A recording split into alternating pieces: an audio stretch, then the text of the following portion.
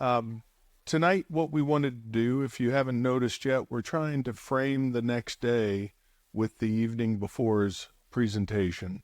And as we're approaching the Normandy landing areas, we wanted to have a framing session that would explain how we got to D-Day, how we got to Operation Overlord. And to do this, we are bringing the three historians from the Jenny Craig Institute for the Study of War and Democracy, led by Executive Director Mike Bell, and also with Samuel Murray Stone Senior Historian, Dr. John Curatola, and the Institute's Senior Historian, Dr. Mark Calhoun. Each of these gentlemen will have about 15 minutes or so to give their section of presentation, and then the three will join each other on the stage to have a little round table and take your questions. So let them rip when it becomes Q&A time. But without further ado, Dr. Michael Bell. Well, good evening, everyone. Just a couple quick words about the Institute. Yes, it's the same Jenny Craig. Genevieve Guidros grew up in New Orleans during World War II. Her two brothers were in the Army. Her dad repaired Navy ships down the block. First husband was in the Army. That's an opportunity to do something for education in her hometown. The Institute's responsible for higher education partnerships, public programs, conferences, symposiums, online content. Our articles, super proud. Just in April, we had 1.34 million people view our articles. It's kind of cool. And then the content of educational travel, and then we'll do individual research, to support the legacy of veterans, but also to support the POW/MI accounting agency's mission to really account for all those great Americans. So it's really an honor and privilege to be part of this mission. And we've got a great roundtable today, kind of lay out the road to D-Day and Overlord, and then some of the planning and preparation that sometimes get lost once you're out there. How did we get there was kind of the piece. So I'm going to start out. Typically we think, even as Dr. Mueller mentioned the other day, we tend to see the war in hindsight.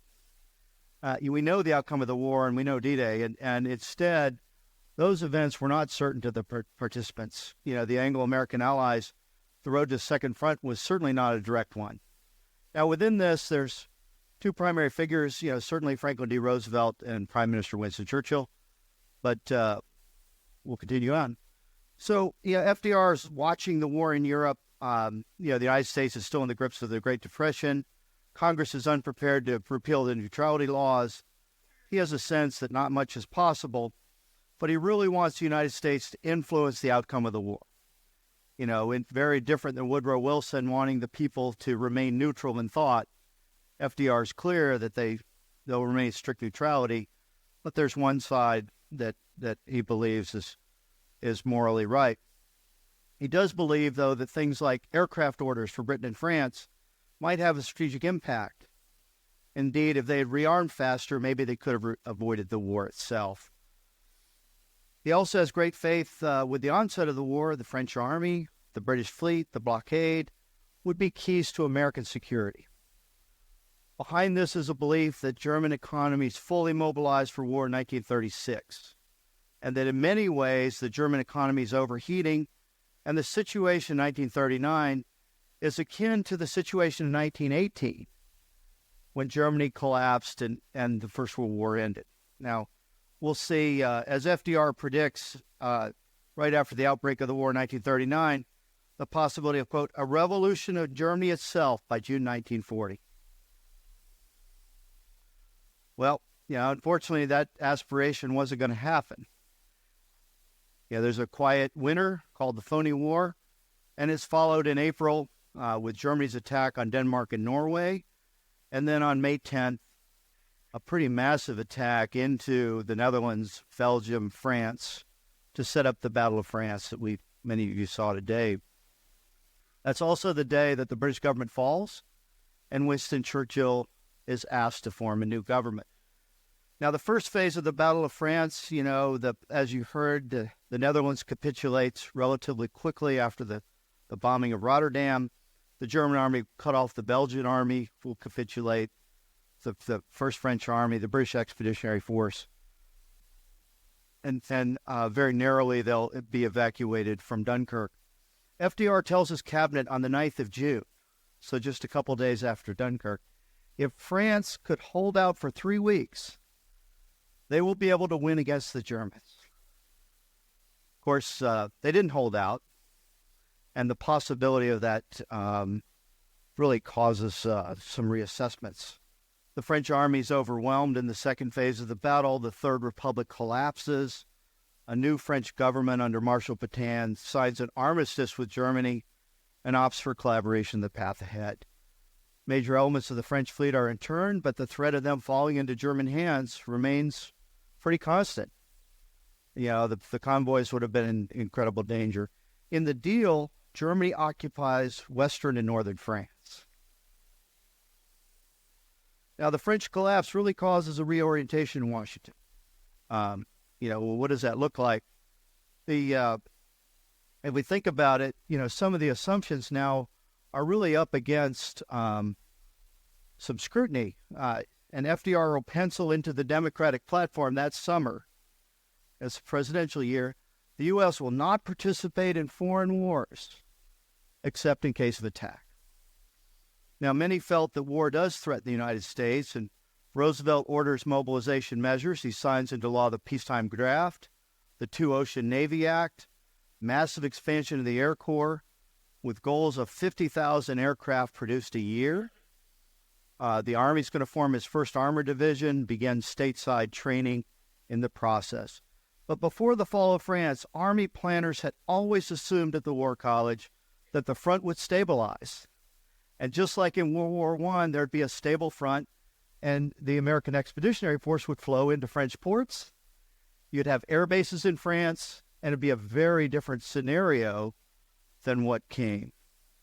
Instead, now FDR is still thinking, the issue here is how do you maintain pressure on Germany until it collapses?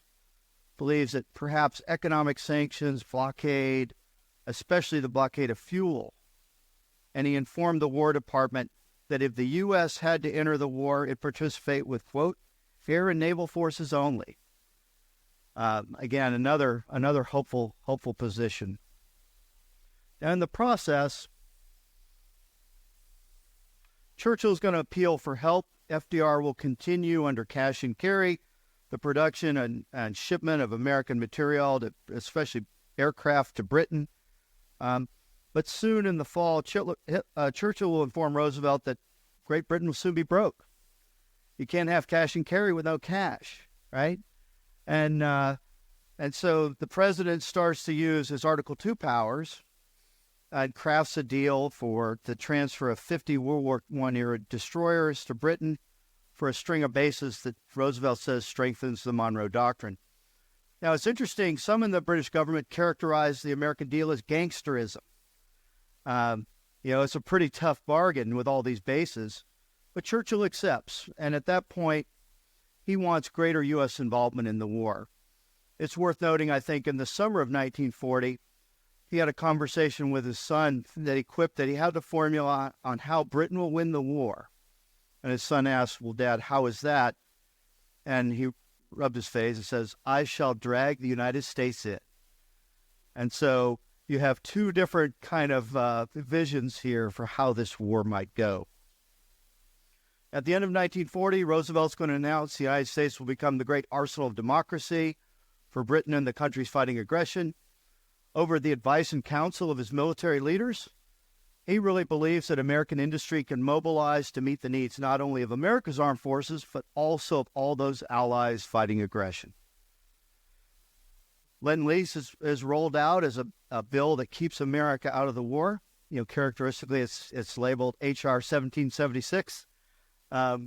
You got to love that. And it'll be signed into law in March 1941, first to Britain, then to the Commonwealth countries, nationalist China, the American republics, and in mid-41, the Soviet Union. I should note Lend-Lease will really start moving by the time of D-Day. It's massive, and it's not just major equipment, but it's also foil, food, wheat. 3/4 of the ammunition and 4/5 of the high explosives used by all the Allies in the war come from American factories. And so it's an incredible achievement. More on that. All right. So in 1941, there develops a de facto Anglo-American alliance.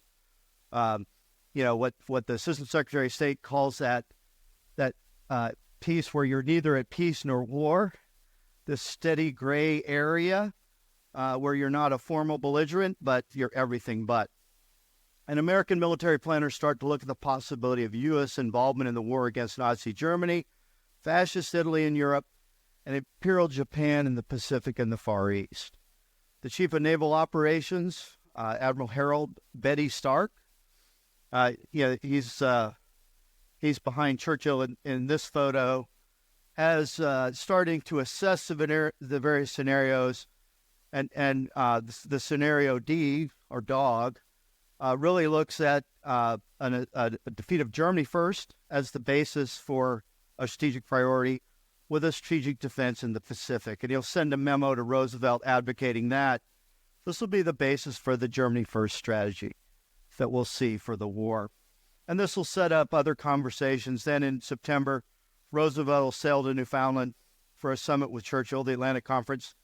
And the conference validates these strategic priorities. But despite those priorities, it really masks the fundamental issue. No one actually agrees on how to defeat Germany. How are you going to bring that about? And the British believe that peripheral operations and naval and bombing. FDR is also not in agreement with his Army Chief of Staff, George Marshall, who thought you needed to confront Germany directly at some point if you were going to be decisive. Churchill, I should note, was kind of sad from this conference because he wanted more than just his statement, the Atlantic Charter. He actually wanted an American declaration of war. He left a little disappointed. Now, Roosevelt in the fall then starts to assess, and he'll make the announcement, we shall do everything in our power to crush Hitler and his Nazi forces, and directs the War Department to come up with a study for mobilization and production requirements. Still believing, though, that blockade, public messaging, political warfare, air and naval power would win, he's actually considering downsizing the Army in the fall of 1941. The Army is about 1.5 million. Maybe we really don't need an Army that's that big. And, in contrast, though, even has the Secretary of War will direct the planners that for the purposes of the planning, they will consider the British Army as an American expeditionary force. So a kind of interesting shift there.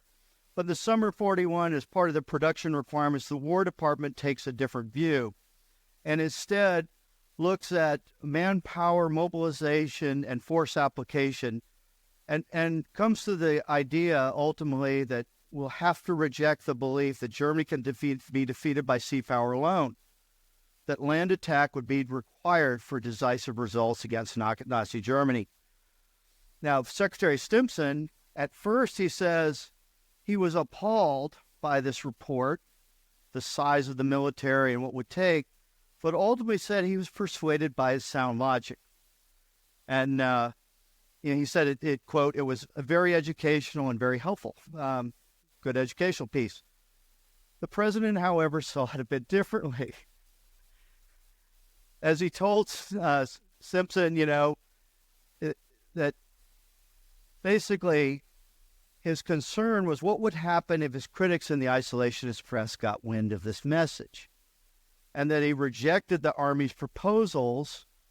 He said he was displeased, which usually when the president says he's displeased is pretty bad. He was displeased with the conclusion that we must, quote, invade and crush Germany, and that he predicted a very bad reaction in the press.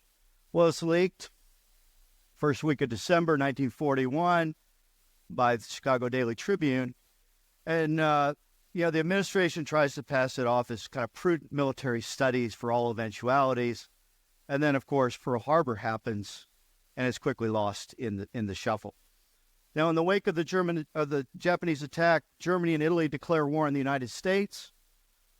FDR views this as actually an act of pure desperation, considering that Germany's on the ropes, interestingly enough. But with an idea that you have to take effort to ensure all eventualities are considered, he'll order the mobilization that the victory plan requires. They'll form the War Production Board in January. Interesting production goals: 60,000 aircraft in 1942 and 125,000 aircraft in 1943. And in the same 2-year period, he calls for 120,000 American tanks. So you can see his thinking shifting about the potential need for an army and what might ultimately happen. And then, ultimately, though, there's still a holdout, if you will, that blockade, subversion, air and naval power might win the day, but might not. Churchill's going to race to Washington in December. It's part of his many days at the White House during the war. And he's concerned immediately that America will shift to Japan as the priority because Japan attacked the United States, and that, oh, by the way, the what's produced by American factories will go to the United States Army, not to the British. And so how does he secure that? This will become the first Washington Conference. Churchill sets the goals to reaffirm Germany first, preserve the flow of Lend-Lease supplies. The conference does a couple things that really matter. It produces a formal alliance. The Grand Alliance of the United Nations is signed on January 1st, 1942. It establishes the Combined Chiefs of Staff, a framework for global strategy, and leads to the creation of our own Joint Chiefs of Staff as the advisors to the President.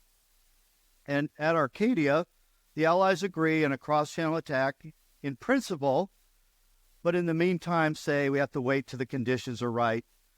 We'll tighten the ring on Germany, air power, subversion, peripheral ops, but the conditions might, a German collapse might result in the need for a cross-channel attack or perhaps even a Soviet collapse. Now, early 1942, overwhelming Japanese successes really threatened to change the strategic priorities. The Japanese advance in the Pacific appears relentless. The British surrender at Singapore, the Americans in the Philippines. By April, the British Chiefs of Staff are concerned the Americans will turn completely to the Pacific, based on American public opinion and the strategic conditions there. And they accept U.S. proposals almost as a bone for a cross-channel attack in 1942 or 1943, in principle again, but with cautions about the strength of German strength, as we saw at Dunkirk. There's really concerns about that. Based on that agreement, though, FDR is going to make a promise to Soviet Foreign Minister Molotov in May that will open a second front on the continent. This will, of course, cause problems with Stalin over time, where he thinks the Allies are stalling him. He's Stalin, but stalling him. So in June, Churchill comes back to the United States for another conference to try to convince Roosevelt to give up on this cross-channel idea and instead invade North Africa in 1942. So that'll lead to the torch landings. Continuing on, after the torch landings, Churchill and Roosevelt will meet for another conference at Casablanca. They had invited Stalin, who's hoping for this 1943 Second Front. A little disappointed when he gets to communicate that won't happen. But with the Battle of the Atlantic raging, the Allies agree that the priority is the defeat of German submarines, the U-boats, as the priority for 43. They resolve they must sustain Soviet forces with more supplies. But on the other hand, the really small U.S. contingent at the conference favors a cross-channel attack, but they're pretty overwhelmed by the British planners who push for Sicily in a Mediterranean effort. Ultimately, the decision was to go to Sicily and enable a cross-channel attack once again, as soon as practicable, if the effort could be carried out in limited scope. So an interesting piece as we're kind of wandering there. Now, in the summer of 43, Churchill's going to come across the Atlantic again. He's got to come back to the White House and lobby the president. He wants to push for an American allied priority in the Mediterranean, in the Balkans, in Greece. And the belief that the Axis surrender in Tunisia will knock Italy out of the war, and with a U.S. commitment to invade the Balkans, we can avoid German power directly. This sets up the Third Washington Conference. It's called Trident. FDR really has a different piece at this point. He's spent long conferences with his Joint Chiefs. American mobilization and production are really in stride. America is going to eclipse Britain as the senior partner in this. And the planners felt personally stung by the outcome at Casablanca. And so they really wanted to ensure that FDR understood their strategic perspective. At Trident, we find the first Anglo-American definite decision for the Second Front, and it sets a target date of 1 May 1944 for Operation Overlord to invade the continent of France. Churchill, of course, tries again. He goes to Hyde Park with Roosevelt, tries to lobby him, ultimately agrees to, in exchange, that he allows the operation in Italy to continue. And Churchill will say that the Supreme Commander for Overlord can be an American, despite promising General Brooke the role. This is also when they signed the document for combined atomic research between the U.S. and the U.K. at Hyde Park. So there's plenty of lobbying going on. And then the decisive peace comes at Tehran, 28 November to 2 December. Stalin is there, so the first meeting of the Big Three. Churchill shows up and once again intends to delay Overlord, but is met with firm reaction both from FDR and from Stalin. That dominates the conference discussions. It really demonstrates, I think, where the fundamental power in the alliance has now shifted. And, the Big Three make some decisions at Tehran. Overlord will be launched in May 44. Of course, the availability of landing craft will shift that a little bit. They agree of limited operations in Italy, not a primary one. And they also agree to the invasion of southern France in conjunction with or in and around D-Day. And Stalin certainly then was concerned that he would be kind of stiffed again. And so he demands that a commander be named. He said, this isn't real until you name a commander. And so after some deliberation and consideration of George Marshall, FDR at Cairo will appoint General Eisenhower to be the supreme commander for Operation Overlord. And with that, the road to the Second Front is open. So now I'll turn this over to Mark. He can talk about the planning before John comes up and talks about the preparations. Over to you. Thanks.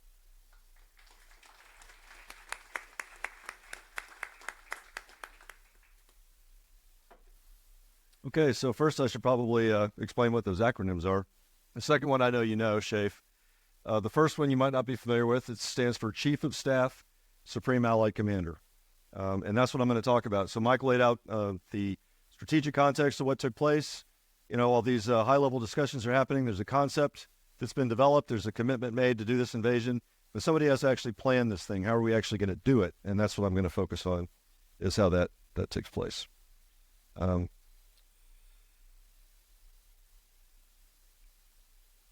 So just to revisit quickly, it's a special relationship, sure, but that doesn't mean we agree on everything. And as Mike pointed out, there's a lot of debate about when we're going to do this, whether we're going to do it. But also, Germany first is a clear statement of policy, but there's a lot of work to be done to figure out exactly how this invasion is going to happen. And I'm going to try to explain to you a little bit about how that actually took place. So there were a whole lot of different plans that were considered. This process began in early 1942. Probably the earliest plan for the invasion of France that has any kind of real recognition in the historical record is Operation Sledgehammer. And as you can see over there, a fellow named Roll, Marshal Defender of the Republic, spent some time actually talking about this plan, which you don't usually see the actual details of how the plan was going to happen. But it didn't take too long.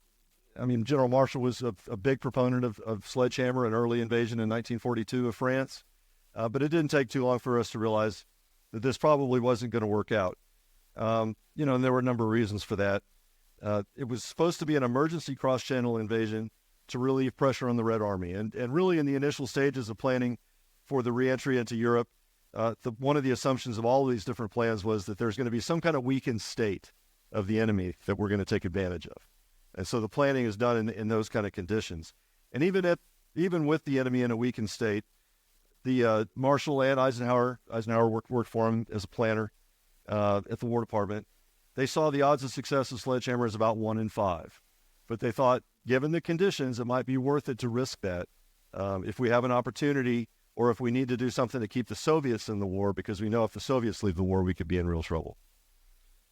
Brooke and Churchill were uniformly, steadfastly against this plan from the start, in part because there were only enough landing craft for 4,000 soldiers in the first wave, which clearly wasn't going to be anything close to enough. The other things there, Bolero was the massive buildup of U.S. troops that was going to help us prepare for whether it was Sledgehammer. Yeah, not so much. Bolero was really about, once we're kind of accepting the fact that Sledgehammer is not feasible, maybe we can do this in 1943. And that plan was called Roundup, and Bolero was the plan that would involve moving 1,147,000 troops, 137,000 replacements to the United Kingdom by March of 43 to be ready to execute Roundup if that turns out to be something that we need to do. But by August of 1942, we've committed to Operation Torch. And when that takes place, both Sledgehammer is now canceled. It's not going to happen. And Bolero, the folks that have been working on Bolero, find themselves now working on Operation Torch instead. The reality at this point is that we're fully committed to the Mediterranean theater, and that's going to be the reality for a while. The build-up plans for the invasion of Europe later became the province of the Overlord planners. So who are these people? Anybody recognize either one of these two folks? Okay, good. I've achieved one of my objectives tonight. So on the left, you have Major General Ray Barker, an American general. And on the right, you have Lieutenant General Freddie Morgan. And so I'm going to talk for a little bit about what these two fellows did. Ray Barker was sent to London on the 7th of February, 1942. He was the lead artillery planner for the U.S. Army's Special Observations Group, which later became the European Theater of Operations, the United States of America headquarters. So this is how early planning for Overlord starts. February of 1942, we're sending Americans to London to assist the Brits in the planning effort. At this early stage, Barker's involved in the plans I just showed you, Bolero and Sledgehammer. But once the Torch commitment is made, he finds himself thinking about, okay, what if we do this in 1943, and then later actually planning for Overlord in 1944. With the effort committed now to Torch, the combined chiefs of staff realized that we need to continue planning for the reentry into Europe, and it's going to be good for deception purposes to do that anyway. So the planning continues, but there were all kinds of crazy ideas being discussed, all sorts of different contingency plans, anything from a multitude of small raids in various places along the Atlantic coast to larger scale raids, but in many cases landing, conducting operations for a little while, and then leaving again. And the American position is, if we're going to go to the continent, we need to stay there. But there were a lot of discussions of various ways to do this that would have involved kind of coming and then leaving again, and doing so in really kind of a high risk, almost a raid and a really economy of force kind of effort. And really, there were so many resources tied up in North Africa that none of these plans were going to happen anytime soon, which is a real challenge for a planner. Planners really like to get decisions, so you can go from trying to, work out what are we going to do to writing the orders and getting it to the folks who are going to execute it. So one of the interesting things that happens fairly early on in December of 1942, General Barker runs into a British officer named Major General John Sinclair. Barker wasn't told to interact with the British planners. At this time, the planning effort that's taken place in Britain is extremely distributed. There's no centralized control. It's mostly different units whose commanders realize their staffs need to train and need to prepare to be effective staffs. So let's plan various contingencies to exercise the staff and also to be prepared for things that we might end up having to do sometime in the future.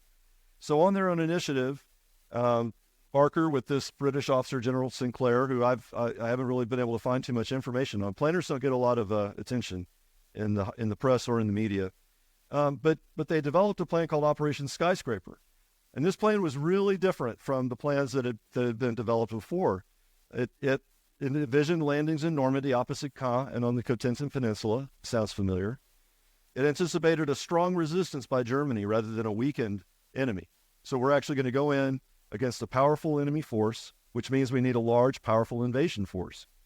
And the final part of the summary, they wrote a couple of things that are really interesting. They wrote, first, the question, for what are we to plan? And the reason they wrote this is because they knew that depending on what we're going to do, we're going to need to train a certain way. And so if we don't have a good idea what the plan's going to look like, we can't even begin to start preparing the troops and the equipment and everything else to actually conduct this invasion. And then the other thing they wrote was a cautionary note. To defer the decision is to decide not to be ready. And I think that's a really powerful thing for the planners to point out to their possible future commanders. Okay, so Freddie Morgan. Freddie Morgan's commanding the 1st British Corps, and in May of 1942, as I said, like all the other commanders in Britain, he's been exercising his staff, and they've been planning for the possibility of a German invasion. And frankly, he's sick of it. He's just tired of planning it. They've done enough. So he puts his staff on the Rhine crossing. You know, at some point in the war, we're probably going to need to cross the Rhine. Let's take a look at what that is going to look like. The Rhine's a huge river. And so he quickly develops an appreciation for how much of a challenge that's going to be. And he also recognizes that there aren't any modern examples of this scale of an amphibious invasion to learn from. I mean, he's really on new territory here. After a little while, he's given 2 divisions and he's sent to North Africa, where he plans some contingency operations that never happened. First, a possible invasion of Sardinia. And after Husky is committed to the invasion of Sicily, he loses his 2 divisions. And so it's just Morgan and his staff again. And so they return to England. Again, his corps is just a planning staff, but now they're going to focus on a cross-channel invasion using the things they've learned, thinking about crossing the Rhine, invading Sardinia, other possible contingencies in the Mediterranean. So they've looked at lots of different possible invasions, including different types of beaches, different types of seaborne operations to get across whatever the waterway is they're going to have to cross. So he's probably about as experienced as anybody in thinking about what's going to be involved in this re-entry to the continent that's going to happen at some point in the future. While Morgan and his staff are working on Overlord in these early stages, once they get back to England, he comes across Operation Skyscraper and quickly comes across Major General Barker. And so around the same time, on 26 April of 1943, that Morgan gets recognized as someone who really has the experience to lead the planning effort for the cross-channel invasion. He brings Barker on board, his small team. He's appointed to lead a planning effort. He doesn't even have a name for his organization yet. And he asks Barker to be his deputy. And so that Barker happily agrees. They form a really effective working relationship. But the interesting thing is, at this point, Cossack, first, it doesn't exist yet. Morgan comes up with that name in the bathtub one night. There are always these fun stories that planners have about how they come up with names of plans or whatever. He's just trying to figure out, what am I going to call this thing? Well, I'm going to be the chief of staff to the Supreme Allied Commander, so I guess that's what I'll call my organization. The organization doesn't have a table of organization and equipment. In other words, it's not written down on paper what this organization is supposed to look like. He's basically making it up as he goes along. And he's trying to find all the different planners and different units and organizations in England that have been working on this problem and bringing them on board his organization. At first, it's just a driver and 2 batmen. And then after a while, he's got Barker and his small plan staff that are helping him out. And they're given the mission of putting together different contingency plans by the 15th of July. So April to July, you're looking at just, a very short period of time that they have to work on a deception plan, a rapid entry due to a German collapse, but also a main invasion against prepared enemy defenses. And it's important to note that, if you think about that date, this is before the execution of Operation Husky. So again, there aren't any examples of large-scale invasions on anything like this level to base his planning on. They're really on new ground.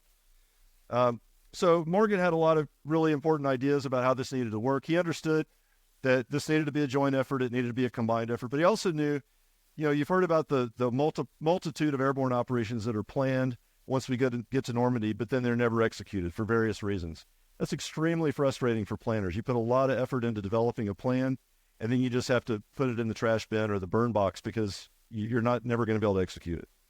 And so he has a morale problem, basically.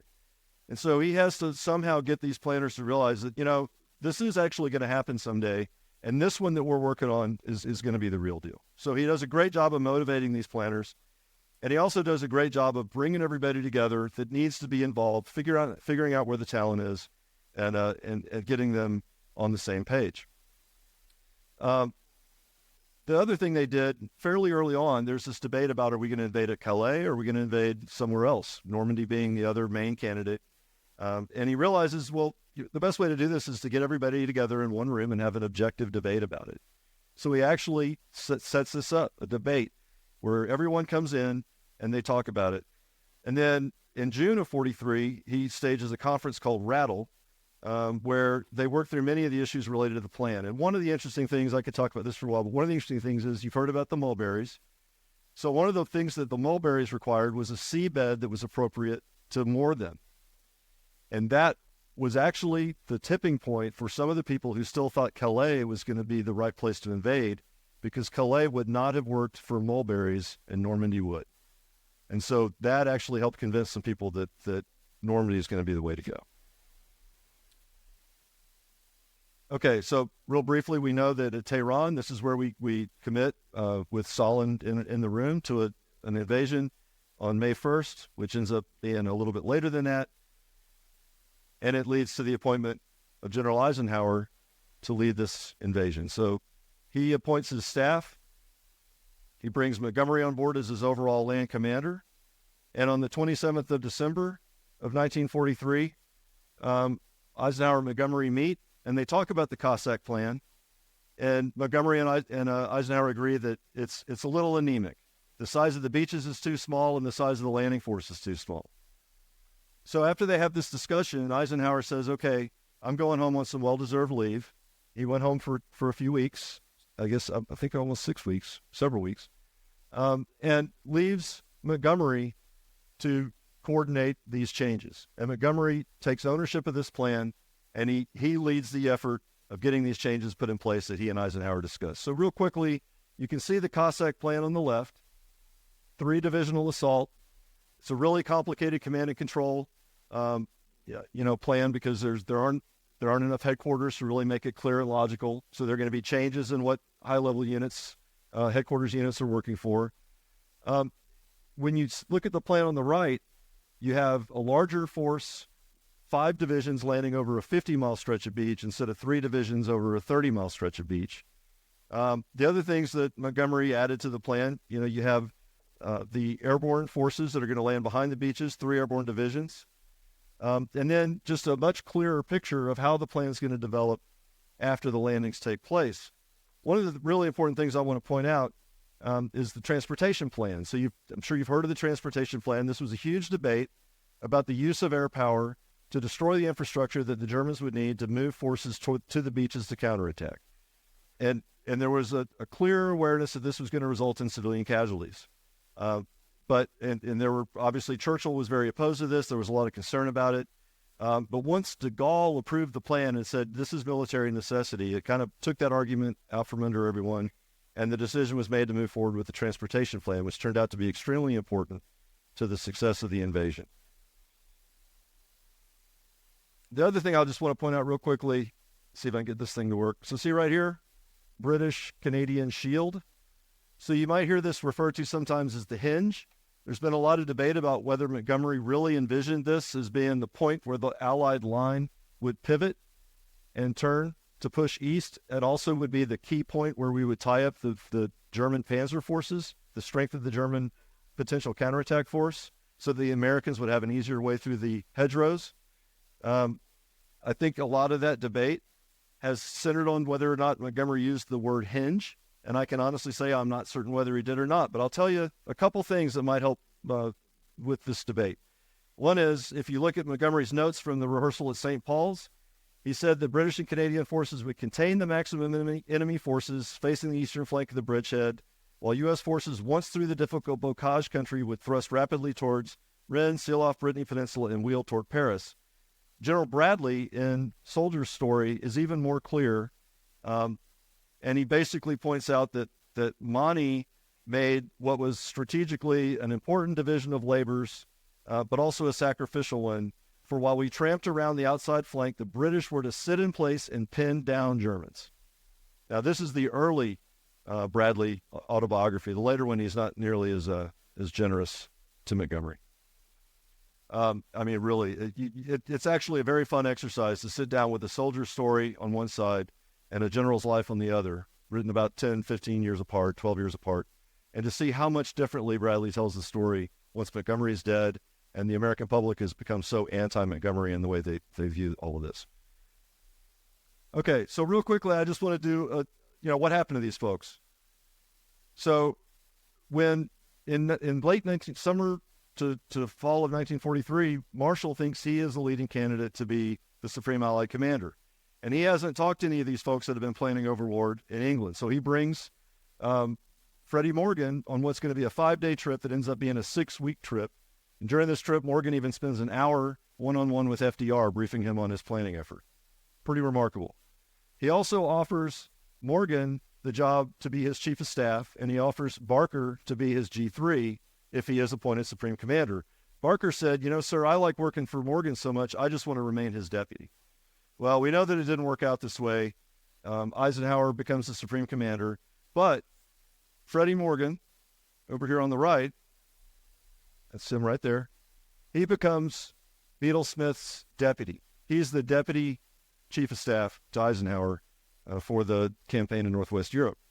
Barker, a little bit harder to see, he's right here. So I'm sure you've all seen that photo, but Barker is one of these unknown heroes who was deeply involved in planning this invasion, and he actually went with Eisenhower when he visited the airborne troops the night before the D-Day landings. So these folks had a really interesting career. They were extremely effective planners, and without them, we wouldn't have been anything close to prepared for this invasion. So hopefully that sheds a little bit of light on how the planning effort got us to D-Day. And I'm going to turn it over now to my good friend, John Curatola.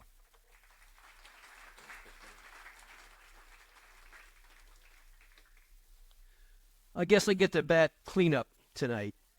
I was sitting here realizing that with the Jenny Craig historians here and our history as military professionals, Mike could sell that the Jenny Craig Institute's done 27 years at Fort Leavenworth. That might be something as a selling point, Mike. After years of political wrangling, compromise, and disagreement with the Supreme Headquarters and Allied Expeditionary Force, it finally committed itself to a cross-channel operation.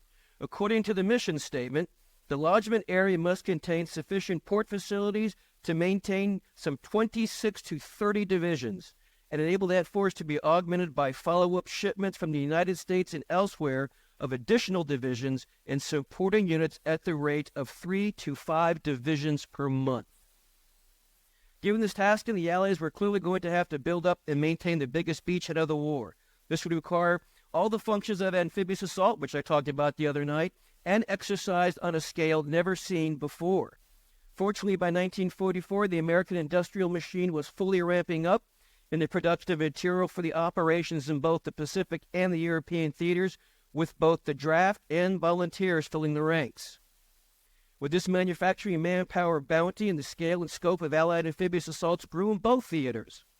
Underscoring the primacy of the effort, one of Ike's first communiques as taking over as a Supreme Allied Commander was, "We are convinced that in all the discussion, the full weight must be given to the fact that this operation marks the crisis of the European war. Every obstacle must be overcome, every inconvenience suffered, and every risk run to ensure our blow is decisive. We cannot fail." While planning for the operation began in earnest in 1943, and as early as 1941, representatives of the U.S. Army and the Chief of Naval Operations began a series of meetings addressing a possible U.S. presence in the U.K., known as the American-British Staff Conversations, or ABC-1. This initial effort established joint discussions and developed courses of action against the Axis should the U.S. enter the war. After Pearl Harbor and the American commitment to the Allied effort, The establishment of the European Theater of Operations, United States Army, or ETO, USA, was established on 8 June 1942. Its mission was to direct the buildup of American troops and supplies in the UK for an eventual cross-channel invasion. The American and the British allies were now required, as Mark pointed out, to do the hard staff work, detailed planning, and orders generation for this joint/confined operation. In April 1943, months before the Husky landings, the Allies initiated the detailed work for a cross-channel invasion. Discussion and coordination for the endeavor ensued as the Allied representatives met at North Devon in the UK in what was referred to as the Conference on Landing Assaults. In this month-long meeting held from May to June, Allied representatives addressed the issues facing them and outlined preparation requirements. In the introduction done by the ETO USA commander, Lieutenant General Jacob Devers, he declared that they had one goal: crossing the English Channel with properly organized and properly trained assault teams ready to seize, to hold, and maintain beachheads throughout which might land a major invasion force to advance against the enemy. Because Torch was the only American assault experience against the European Axis at the time of the conference, part of the orientation was a summary of this operation and the few landings already conducted, including Dieppe, the Aleutian Islands in Alaska, and a recent British exercise codenamed Crucian near Dunwich in Heath in the UK. Even in the Pacific, the U.S. Marines were still in the process of refining, developing, and implementing their pre-war doctrine to fit the emerging threats in the Pacific, with the assault on Tarawa still some 10 months away. The School of Hard Knocks regarding amphibious assault would soon be in session.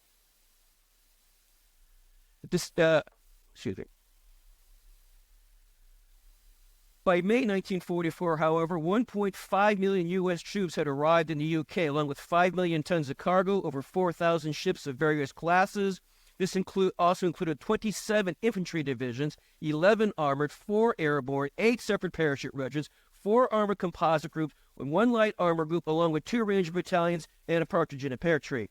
One of the introductions, given the introduction of so many Americans on the British Isle, was sometimes referred to as the friendly invasion.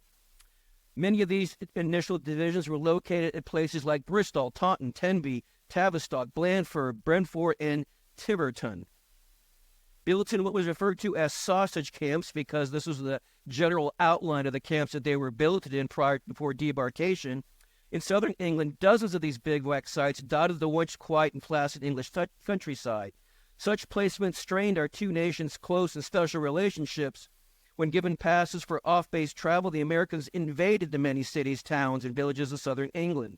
The mixing of Yanks and British subjects made for an interesting clash of cultures. Teenager Brenda Devereaux from the port city of Bournemouth recalled her experiences with upstart Americans by stating they swaggered, they boasted, they threw their money about. Unlike British men who acted with more refinement and tact, Brenda said that she was captivated by the Americans and claiming how we loved it. With U.S. forces receiving better pay than their UK counterparts and their appetite for the few comforts available in wartime England, their presence was not always welcomed. A British newspaper poll claimed the Americans were less regarded than the Czechs, the Russians, and French, and even the Italians. With such an influx of young, eager Americans at the peak of their reproductive capabilities onto the island, many Englishmen derisively found the U.S. soldiers overpaid, oversexed, and overeager. The naval component of Overlord was codenamed Neptune, was also a joint combined effort, but the operation and tactical control of the fleets remained largely along national lines. Rear Admiral Bertram Ramsey was the name the Allied Expeditionary Force commander, and his American subordinate was U.S. Navy Admiral G. Kirk, commanding both the Omaha and Utah Beach assault fleets, designated CTF-122. Prior to the assault, Ramsey set up his headquarters in Southwick House near Portsmouth, near the Portsmouth docks, with both Kirk and Ike frequent visitors to his headquarters. Much like their Army counterparts, preparation of bases supporting the U.S. forces operating in European waters began before American entry into the war. In 1941, an arrangement with the British government under Lend-Lease financing, the two countries agreed to the construction of naval and air bases in the United Kingdom. Two principal naval locations were Londonderry in Northern Ireland and Clyde near Roseneath in Scotland. These facilities originally intended for the Royal Navy were then transferred to the U.S. Navy in 1942 during the Roundup and Sledgehammer considerations. On July 16th, a small contingent in the Advanced Group Amphibious Force Atlantic Fleet, under the command of Admiral A. Bennett, took control of the Roseneath location. Eventually, by October of 42, the command was renamed U.S. Amphibious Forces Europe and served as the primary agent for ship-to-shore operations. In 1942, ETO USA coordinated with the UK national and local governments for the acquisition of civilian training areas. After looking at numerous locations, the Americans settled on a stretch of beach in northern Devon near the towns of Lookholm and Appledore. The site provided some 8,000 yards of beach on the Bristol Channel with another 4,000 available in the Taw Estuary. The location had tidal variations and shorelines similar to those in northern France and even included hedgerows that were somewhat comparable, although not as tall as those found in the Normandy bocage. Furthermore, the location also included some 25 square miles training for inland operations. Opened on 2 April 43, units sent to the new Amphibious Training Center were assumed to have already experienced combat action or at least received some specialized training in amphibious operations, poor as it may have been. The site was not in the location of the 1943 earlier conference that laid the foundations for the combined effort, but much like the stateside amphibious training centers, the UK also developed advanced doctrine and methods in several important areas to include ship-to-shore movement and in-stream offload.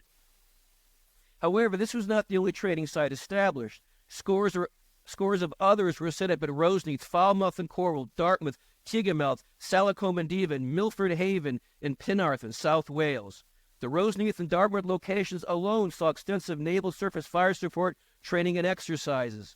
In addition to training the landing forces, as I mentioned earlier, many of these locations provided training for Navy coxswains. And if you remember, they tended to get lost on the way on ship-to-shore movement.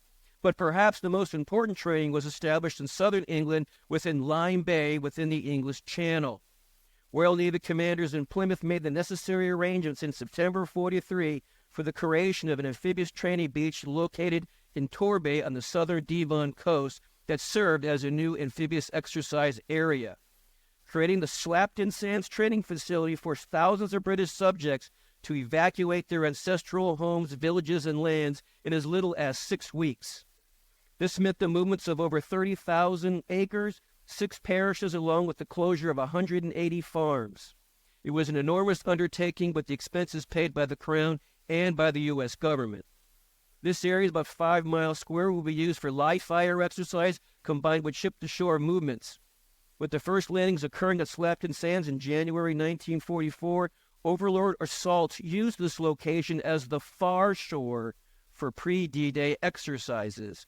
And what I mean by that, units would embark at various ports in the UK, then set sail for their assault on Slapton Sands shoreline, where the topography was also eerily similar to that in Normandy.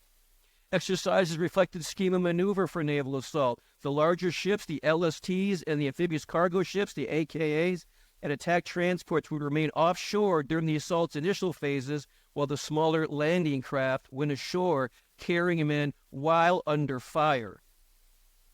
Over 2,000 amphibious vessels were required for the assault. However, this ample fleet needed moorings in the UK that were already at a premium.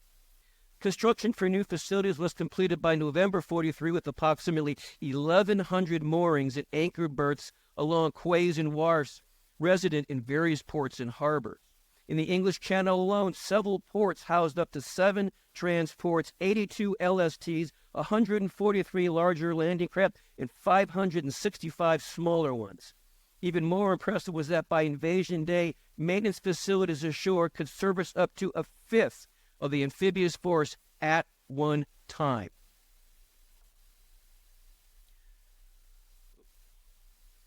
Pre-D-Day training and exercises also ran along national lines, but the U.S. still had to leverage host nation support and train at various locations in the British Isles. While the amphibious training centers in the newly established 11th Amphibious Corps ran through their training, the Americans held numerous exercises in and around the UK. Starting in January 1944, small-scale exercises such as Otter 1, Otter 2, Mink 1, Mink 2, Muskrat 1, Muskrat 2, Chevrolet, Jeep, Teal, Mallard, Jalopy, occurred along with Tiger, Duck, Fox, Beaver, Fabius 1 and 5. And you're welcome with that. Okay. Unlike previous exercises done in the Mediterranean, these exercises included logistical beach parties, and the engineering unit is tasked to conduct operations on the far shore, not just combat functions. This is important. Remember I talked a couple nights ago about beachheads and logistics and moving in ashore? This is what we're talking about. We are now practicing this in our exercises. In support of the more logistically applicable functions, exercises such as Chevrolet, Jeep, and Jalopy focused on embarkation staging and supply functions and occurred at locations in Northern Ireland. Duck 1, 2, and 3 embarked in Falmouth around December and January of 1943 and 1944 and landed the 29th Infantry Division on Slapton Sands with 4 destroyers providing live naval surface fire support. This was also to help marry up amphibious forces with their shipping. Training exercise Fox also took Force O, which was to land in Omaha in January 44, and embarked out of Weymouth in Portland and landed with 2 cruisers in direct support and 8 destroyers. Muskrat trained the Utah forces in ship-to-shore movement in March, with Beaver later on that month assaulting 4th ID with also naval surface fire support.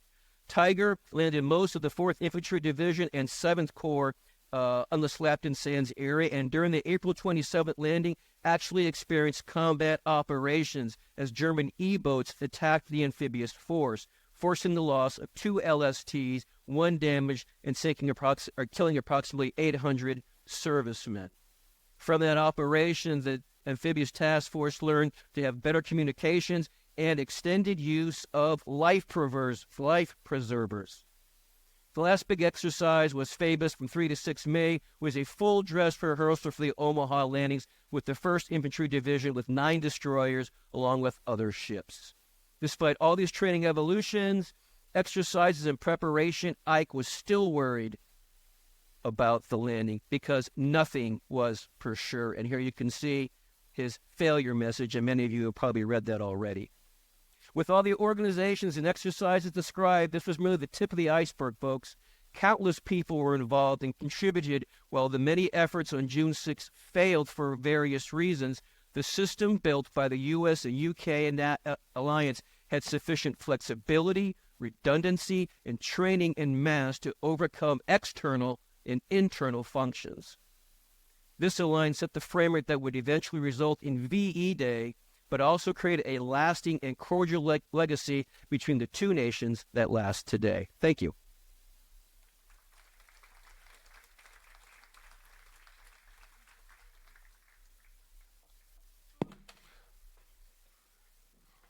Ladies and gentlemen, the 3 historians will now take the stage. Mike may have a few leading comments, but if you can raise your hand, I will bring the microphone to you for audience Q&A. Thank you. Let's turn it over to the teammates out here for questions and prepared to answer those. Lights are super bright. I just have to say that. Great. Gentlemen, we're going to go to the back to your left. Coming to you, sir. Great. How much do the Germans know about all of this buildup along the ports, inland facilities, etc.? It was so massive. How could you disguise it? How much did they really know what was going on? Yeah, I'll jump in on that. The question is, how much does the Germans know? It's interesting, the Operation Fortitude is supposed to produce a deception for a few days. Ultimately, the deception will hold about 6 weeks. And if you look at German order battle maps, by mid-July, they're still depicting a whole range of deception units in East Anglia. So those that were, at Bury St. Edmunds, that was a fake Corps headquarters. There's a whole range. This is all part of the 1st U.S. Army Group under General Patton, and that holds for a while because even after Normandy, the notion first is that Normandy is a feint and the real operation will come at Calais. And then as the bocage happens and the force seems fogged down, the argument becomes, the Americans aren't having great success. We're still going to turn back to Pas-de-Calais. Part of that is not just fictitious units. They mix some real ones in there. There's a huge density of Americans. They'll throw, different bumper numbers, but they have radio units to simulate division and corps headquarters. And then, some fake landing crafts, some fake tanks. I think some of that was probably unnecessary. German aerial reconnaissance at that stage really wasn't that effective. But, it's interesting about how sophisticated the deception effort was, really to try to validate the German headquarters view of what really was going to happen, which is always a useful way to run a deception. Yeah, just in a codicil with that, when the exercise Tiger attack occurs, there's been a lot of disinformation about those two LSTs that get sunk and then the one that gets damaged, like, we clamped down and we made it classified. No, we really didn't. But we also didn't advertise the fact. We didn't certainly want to advertise that we were doing all this amphibious training, for a cross-channel invasion. But by the same token, we didn't necessarily not want those families or the forces to understand that we were doing these things, that we were training for this cross-channel invasion. Now, it doesn't really make it to the public realm until months later. But there's been this big myth that we clamped down on it, didn't tell anybody. No, it was generally known at the time. But the Germans never, to Mike's point, the Germans never picked up on the fact of what was really going on. Gents, we're going to stay to your left, please. You did such a good job answering. He doesn't have his question anymore. Yikes. You mentioned the English bocage behind Slapton Sands. What was the reason that, despite all of the reconnaissance we had done, the fact that many Brits had vacationed in Normandy and known about the bocage, why wasn't that taken into consideration in any of our training or any of the initial machinery that would be necessary to attack through the bocage? Yeah, I think in general, the Allied forces sort of neglected the really detailed training that needed to take place to actually practice low-level small unit tactics in the bocage. Both the Germans and the Americans and Brits made the same basic error. They assumed that the bocage wouldn't necessarily favor the offense or the defense, that it would be difficult terrain for either side. And so, from my experience as a soldier back when I trained, complex terrain always favors the defender. So this is really surprising to me. This is something that I don't understand. But I think that it was partly driven by the fact that the sheer complexity of the amphibious aspect of the landings tied up so much of the effort and the time for the training that simple assumption about the bocage allowed the Allies to kind of neglect that part of the preparation. They had to find that out the hard way in Normandy as they develop procedures while they're fighting their way through the bocage. You think that's Yeah, I think it's a fair assessment. And another thing, too, is talking about the bocage, it's also a great representation of bottom-up innovation that we see in the U.S. military that still permeates today. A young corporal, a young sergeant coming up with an idea, and, hey, this thing can have strategic implications. And we've all heard about the Cullen Cutter and how, lifts up the bocage and is able to open that up. But here you have a sergeant, in this case, comes up with an idea that has really big operational implications, and it's kind of a testament to the innovation of the American fighting men in combat.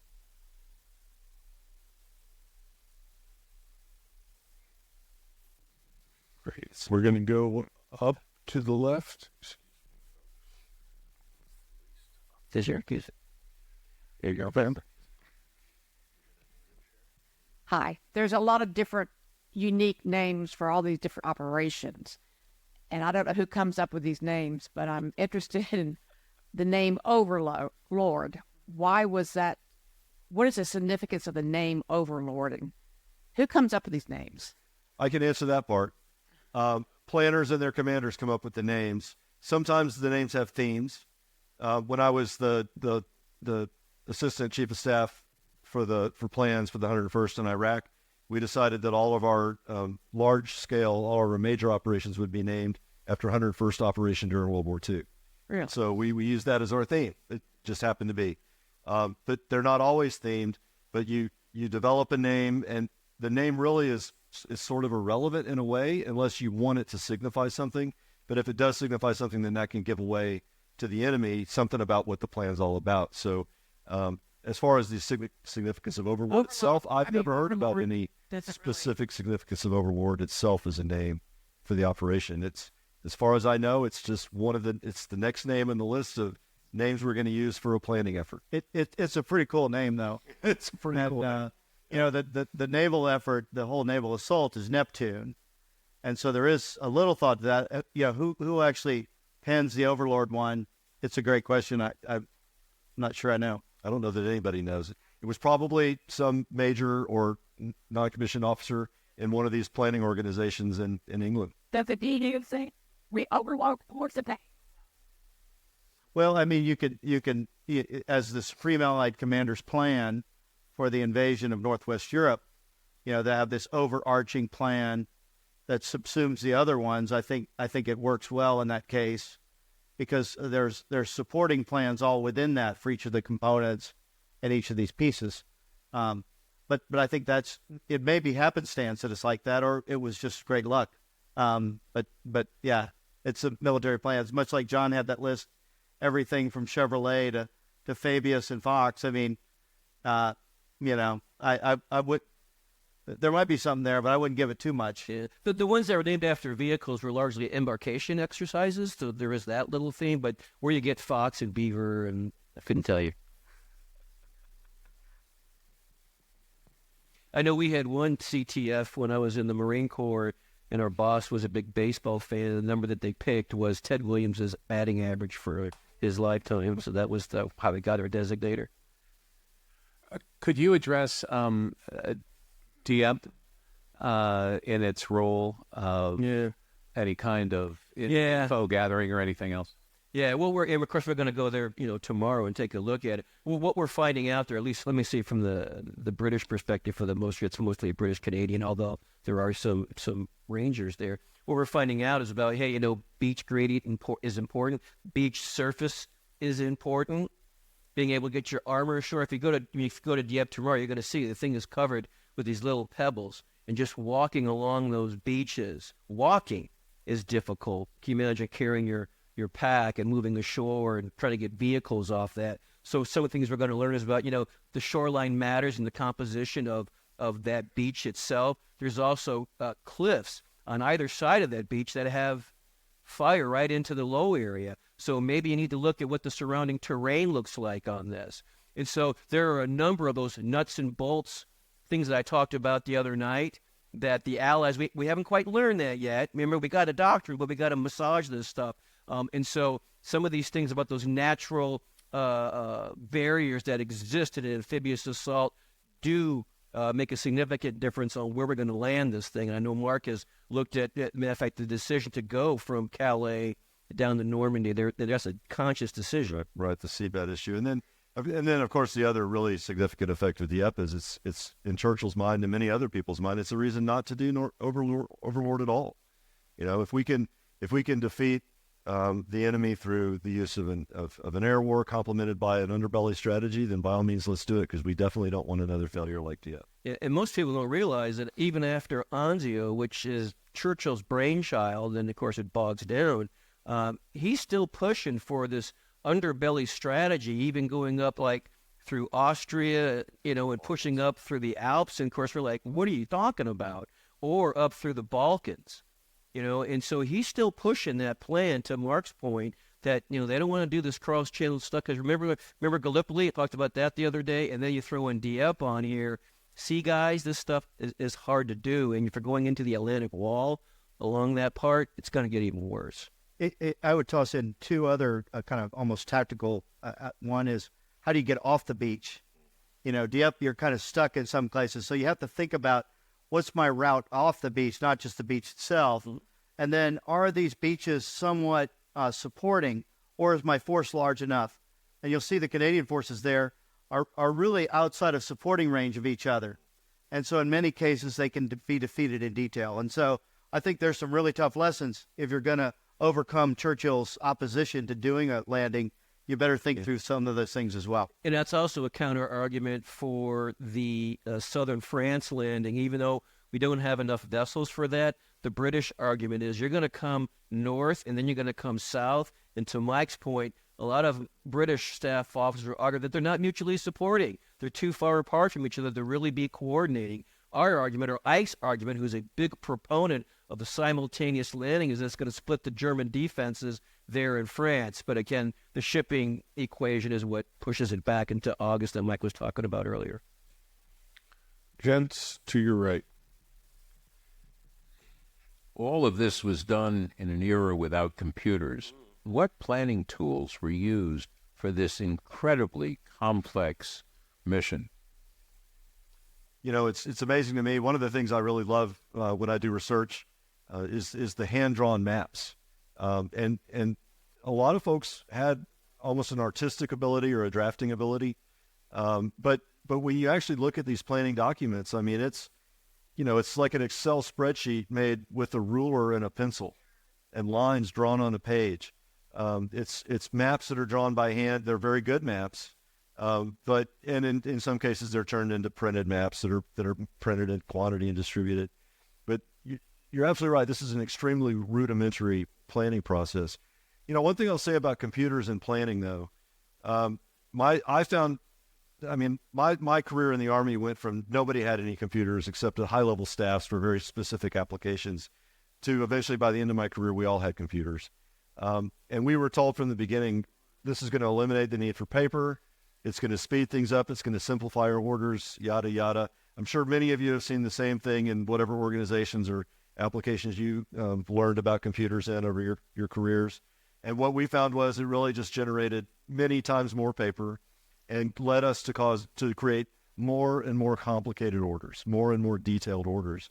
So computers, in my view, I mean, obviously they're absolutely essential. Thank goodness we have them. But they didn't streamline and simplify the planning process in the way that we all thought that they would. They simplified some aspects of it, but in other ways they just enhanced the complexity of the process. If I could add one thing too, within the Pentagon, typically a major war plan might be 1.5 to 3 years for production. And the idea that you can produce this plan with those tools in literally a few months and execute it and succeed, I think is an incredible feat of arms. I mean, it really is an important aspect that is pretty inspiring when you think, how the hell did they do that? John, you want to jump in? Yeah, to your point, one of the things I actually learned out at Torch, and this is one of Eisenhower's big complaints, is that the planners didn't give the divisions and the subordinate units enough time to do their detailed planning. And what I mean by that, serial assignment tables, landing craft assignment tables. You have to put names to seats in boats and those kinds of things. And they didn't give them enough time to really do that. That was one of the big takeaways from Torch, was to give time to those subordinate units to build all those line charts. And I've seen them, and they're written out in detail. Who's in what boat, on what wave, on what time, are they crossing the H? I mean, it's incredible that they did this manually. Ladies and gentlemen, Dr. Michael Bell, Mark Calhoun, and John Curatola. Thank you, gents. Any more